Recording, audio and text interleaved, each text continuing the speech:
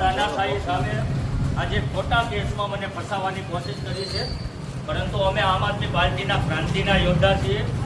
આ ભાજપની પોલીસ કે ભાજપની પોલીસના દંડા કે ભાજપની પોલીસની જેલથી અમે ડરવાવાળા નથી. તાકાત હોય તો જનતાના કામ કરીને લડો, પરંતુ આ ભાજપની પોલીસથી કે ભાજપની આ જેલથી અમે ડરવાવાળા નથી. હિંમતથી અને તાકાતથી લડીશું, જીતીશું અને જનતાના આશીર્વાદથી ખૂબ આગળ વધીશું. અમે ક્રાંતિના યોદ્ધા છીએ, અરવિંદ કેજરીવાલના સિપાહી છીએ, આમ આદમી પાર્ટીના યોદ્ધા છીએ. આજે હું ઓલપાડ પોલીસ સ્ટેશન જઈ રહ્યો છું. ગત રોજ રાતે 1 વાગ્યાથી પોલીસનો કાફલો મારા ઘરે ખડકાઈ ગયો હતો અને પોલીસ એમ કહેતા હતા કે તમારી ઉપર ફરિયાદ દાખલ થઈ છે.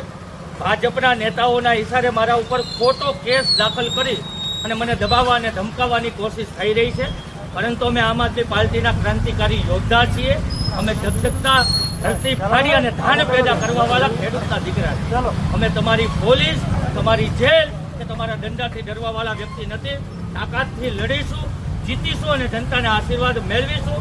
હું ઓલપાડ પોલીસ સ્ટેશન અત્યારે જઈ રહ્યો છું. મને ખોટા કેસમાં મને બદનામ કરવાનું કાવતરું ભાજપના નેતાઓ દ્વારા કરવામાં આવ્યું છે, પરંતુ અમે ભાજપની આ પોલીસથી કે ભાજપના દંડાથી કે ભાજપની આ જેલથી ડરવાવાળા વ્યક્તિ નથી.